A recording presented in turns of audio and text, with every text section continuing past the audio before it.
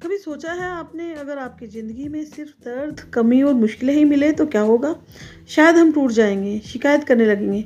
पर क्या हो अगर इन्हीं मुश्किलों में छुपा हो एक चमत्कार? रेगिस्तान की तपती रेत, सूरज मानो आग उगल रहा हो। दूर दूर तक न तो पेड़, न छांव, न पानी, बस जलती हुई जमीन और गर्म हवाएं। ऐसे ही सुनसान इलाके में एक छोटा सा पक्षी पड़ा था। उसके पंख झड़ चुके थे, उड़ने की ताकत खत्म हो गई थी। ना खाने को कुछ, न ही पीने को, और ऊपर से शरीर बीमार। वो बस आसमान की तरफ देखता और सोचता, क्या मेरी जिंदगी ऐसे ही खत्म हो जाएगी? एक दिन दूर आसमान में हल्की सी चमक नजर आई। धीरे धीरे वो चमक पास आई और एक दिव्य देवदूत उसके सामने खड़ा था। देवदूत को देखते ही पक्षी ने टूटी हुई आवाज में कहा, तुम कहाँ जा रहे हो? देवदूत ने मुस्कुराकर जवाब दिया, मैं स्वर्ग जा रहा हूँ। पक्षी ने उम्मीद भरी आंखों से कहा, कृपया वहां जाकर आप मेरे लिए पता करना कि मेरी ये पीड़ा कब खत्म होगी। देवदूत ने सिर हिलाया, ठीक है, मैं जरूर पूछूंगा। और वह उड़कर आसमान में गुम हो गया। स्वर्ग पहुंचकर देवदूत ने वहां के स्वर्गदूत से पक्षी का सवाल पूछा। स्वर्गदूत ने शांत आवाज में कहा कि उसके जीवन में अगले 7 साल तक दुख ही लिखा है। देवदूत चौंका, 7 साल? वो तो ये सुनकर ही टूट जाएगा। क्या कोई उपाय है? स्वर्गदूत ने कहा, हाँ, उससे कहो कि चाहे जैसी भी परिस्थिति क्यों न हो, एक ही मंत्र को बार बार बोले, इन सब के लिए भगवान तेरा शुक्र है।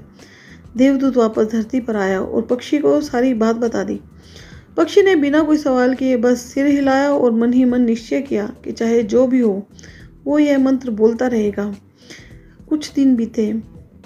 जब तपती रेत ने उसके पैरों को जला दिया, उसने कहा, भगवान तेरा शुक्र है।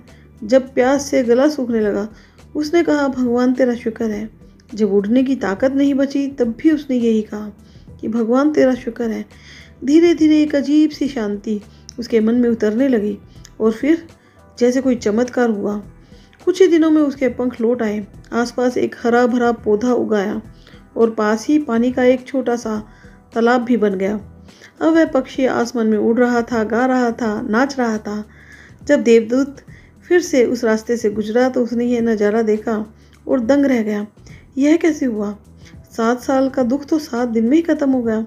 वह तुरंत फिर स्वर्ग पहुंचा और स्वर्गदूत से फिर पूछा। स्वर्गदूत ने मुस्कुरा कर कहा, किस्मत में तो उसके दुख लिखा था, पर उसने हर हाल में शुक्राना किया। आभार में उसकी तकदीर बदल दी। क्योंकि जब इंसान शिकायत छोड़कर शुक्राना करता है तो ईश्वर उसके जीवन में खुशियों के दरवाजे खोल देते हैं। दोस्तों, ज़िंदगी में चाहे किसी भी परिस्थिति में क्यों न हो, हम अगर अच्छे बुरे हल पल में हम ईश्वर का धन्यवाद करें, क्योंकि आभार सिर्फ मन को शांत नहीं करता है, यह किस्मत तक को बदल देता है। आज से ही कहें कि इन सब के लिए भगवान तेरा शुक्र है, और फिर देखिए आपके जीवन में कैसे चमत्कार होते हैं।